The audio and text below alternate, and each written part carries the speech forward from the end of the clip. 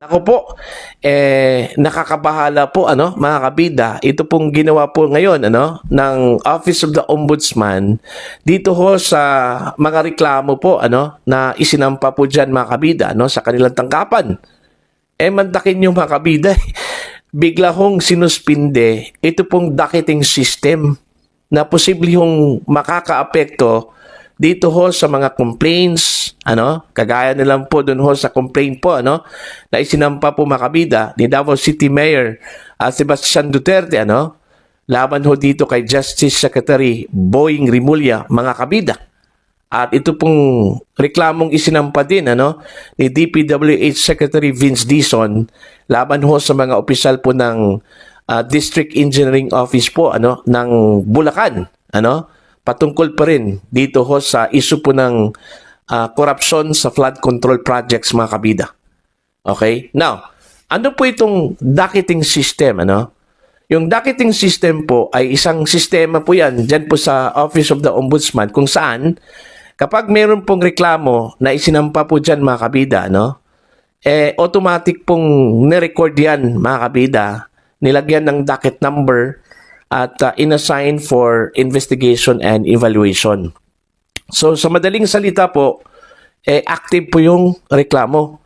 Kapag active po yung reklamo, automatic ang status po dyan, mga kabida, is pending na po yung reklamo. So, meaning, meron pong pending complaint ang isang tao na sinampahan po ng reklamo dyan po sa Office of the Ombudsman. Alright? Now, ipaliwanag po natin yan mamaya, mga kabida. Pero bago yan, babasahin ko lang po ito pong balita mula sa abogado.com.ph. Alright? Ang sabi po dito sa kanilang headline, Ombudsman suspends automatic docketing affecting complaints versus Rimulya DPWH execs. Ayan. Acting Ombudsman Dante Vargas has issued a September 17 order suspending the memorandum that adopted automatic twin docketing of all complaints filed and canceling the docket numbers assigned to cases filed 10 days prior to the issuance of the directive. The order covered complaints filed between September 7 to 16, 2025, affecting the September 15 complaint filed by Acting Davao City Mayor Sebastian Duterte against Justice Secretary Jesus Crispin Rimulya and several other officials, and the September 11 complaint filed by Public Works Secretary Vince Dizon against Department of Public Works and Highways executives implicated in the flood control controversy. With the removal of the docket numbers, the complaint are no longer considered cases already undergoing active investigation. The complaints will have to undergo the mandatory evaluation process first provided under the Office of the Ombudsman's guidelines. To streamline the proper disposition of cases, all docket numbers assigned to cases 10 days prior to issuance of this directive shall be cancelled and must undergo the evaluation process in accordance to the Manual of Operations of the Office of the Ombudsman, Vargas ordered stated. Duterte's complaint against Rimulya was considered a stumbling block in his request for clearance from the Office of the Ombudsman, which is requirement for his application to be appointed head of the agency. But with the removal of the complaint's docket number, it is no longer considered as active case under investigation. Rimulya said on September 24 that he had secured a clearance from the Office of the Ombudsman.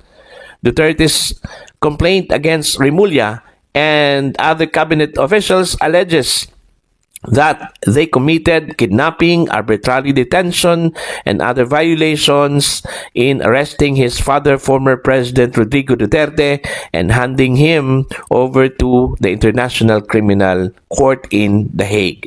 So yun yung nangyari po, mga kabida, bigla kong sinuspend po ni Acting Ombudsman Dante Vargas yung automatic docketing, Actually, mga kabida, ito hong automatic docketing unang nag-issue po ng directive po dito, ito pong si dating Ombudsman Samuel Martires.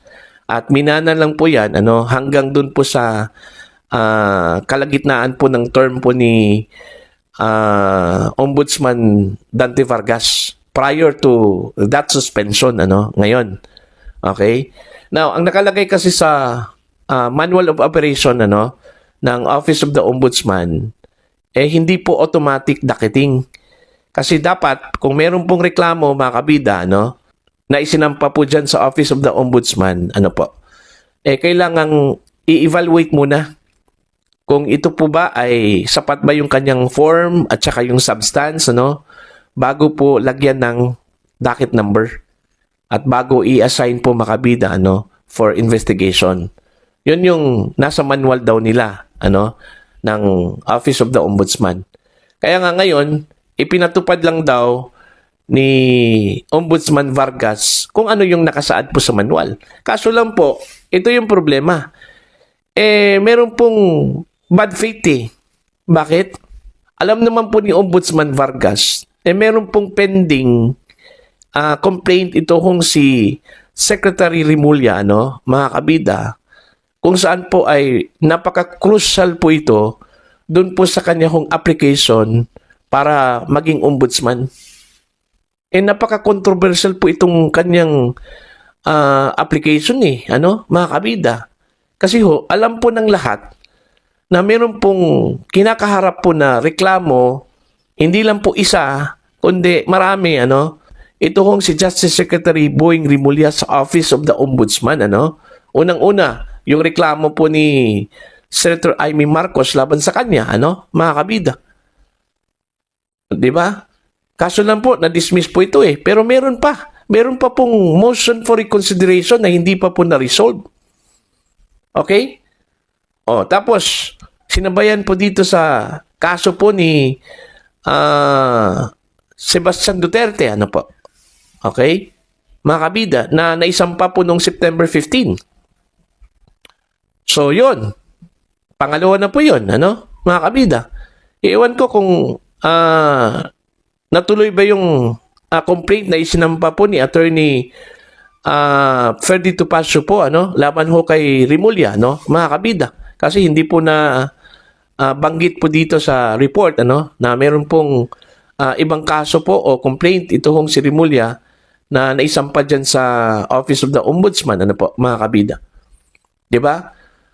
Prudent sana yon, mga kabida, ang ginawa po ni Vargas, Since controversial po, mga kabida, ito hong complaints against Rimulya, dyan po sa Office of the Ombudsman. Kasi may impression kasi, mga kabida, at mga pagdududa, na ginawa daw ni Ombudsman Vargas ito hong suspension po ng docketing system, intended for Secretary Rimulya, not for general consumption, mga kabida. Hindi ho para sa lahat. Okay? Kundi, intended po ito for Secretary Rimulya. Para po, wala na hong balakid po. Kasi po, ito pong reklamong isinampa po dyan, sa Office of the Ombudsman against Rimulya, makukonsiderang balakid po ito stumbling block, mga kabida, Doon ho sa kanyang bid para maisali po sa shortlist, okay, ng Judicial and Bar Council, na isasubmit po ng JBC, mga kabida, doon po sa Office of the President. At doon ho sa shortlist na yon, doon po mamimili ang presidente po ng Pilipinas kung sino ang susunod na ombudsman. At kapag, okay, naisali po yung pangalan po, mga kabida, ni Secretary Rimulya doon, alam na po natin kung ano yung kasunod. Okay? Siya yung pipiliin po bilang ombudsman, mga kabida. Design na kasi yan Alam na natin yan mga kabida. Na yung application pa lang, ni Secretary Rimulya, dyan po sa Judicial and Bar Council, despite na aware po itong si Rimulya na meron po siyang pending cases or pending complaints, mga kabida. Okay? Itinuloy pa rin niya. Okay? So, alam na po natin yung design, mga kabida. So, gaya ng sinabi ko po, mga kabida, ang dapat po ginawa po ni Ombudsman Vargas, ipinagpaliban sana ito.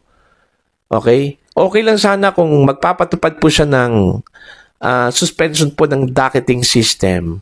Pagkatapos na po dito ho sa JBC nomination. Kasi nagkakaroon po ito ng kulay po ngayon, mga kabida.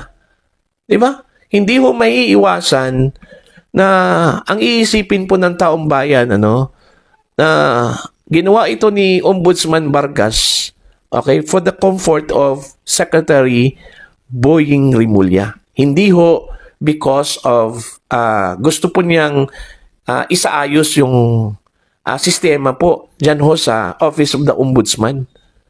Kasi timely yung kanyang ginawa While nasa crucial stage na po, ito hong nomination po ng Judicial and Bar Council. Mantakin nyo mga kabida, ang final deliberation po nila para ho sa final listing doon ho sa mga aplikante para sa Office of the Ombudsman, ngayong October 6 na po. Okay? Yung kanilang final deliberation after it was postponed on September 19, 2025, mga kabida. So, nakahabol pa po. So, para ho mahabol po, mga kabida, ni Secretary Boying Rimulya, yung kanyang clearance. Hindi po ako naniniwala dun ho sa sinabi po niya, na meron na po siyang clearance. Okay? Prior sa suspension na ito. Kasi paano ka magkaroon po ng clearance kung meron pa pong pending complaints? Siguro, bago po inisyu yung clearance na yon, mga kabida, sinuspend muna ito hong docketing system para lumabas po na wala hong active o walang pending complaints ito hong si Secretary Rimulya sa Office of the Ombudsman. Okay? So, ito, nakakabahala po itong ginawa po ng Office of the Ombudsman po, mga kabida. Okay? Nakakatakot po. Okay? Na pwede palang ganituhin yung batas po, mga kabida. Dahil ho dito, mga kabida, nakakalamang po itong mga inireklamo. Kagaya na lang po dito sa estado po ng mga executive po ng Department of Public Works and Highways. Ito hong mga sinuspinding mga engineers po, mga kabida, na di umano'y sangkot dito ho sa flood control anomalies, po. Diba? Since meron po silang suspension, mga kabida, dahil ho dito sa ginawa po ni Vargas na sinuspend yung docketing system, walang effect yung suspension na yun. Diba? Ganun po yun So, scot-free, mga kabida, yung mga sangkot ho sa flood control projects na sinampahan po ng complaints sa Office of the Ombudsman. So, nabaliwala yung effort ni Secretary Vince Dizon and Davao City Mayor Sebastian Duterte, mga kabida, Kasi, ang suspension po, although administrative in nature, mga kabida, pero hindi pa natin tiyak kung kailan pa ito aksyonan po ng Office of the Ombudsman, yung kanilang mga reklamo, mga kabida. Although, tinanggap yung complaints, pero hanggang tanggap lang po yon, hanggang receive. Hindi yan ipinasok po bilang official complaint po dyan sa Office of the Ombudsman. Kumbaga, meron lang pong isinabit dyan, okay, tinanggap po at isinentabi. Parang ganun Hindi ho binigyan ng importance. Ganun yung estado po, mga kabida, sa mga reklamong isinampa dyan po sa Office of the Ombudsman po, Dahil ho dito sa suspension po ng docketing system, mga kabida. Okay? Now, kayo na po ang bahala po, na mag-isip sa ginawa po ni Ombudsman Dante Vargas po, mga kabida. Kung ito ba ay nararapat, ito po ba ay nakakatulong po para i-dispense po yung hustisya po, okay, sa mga sinampahan po ng kaso, o complaints dyan po sa Office of the Ombudsman, po, okay? Sa mga gusto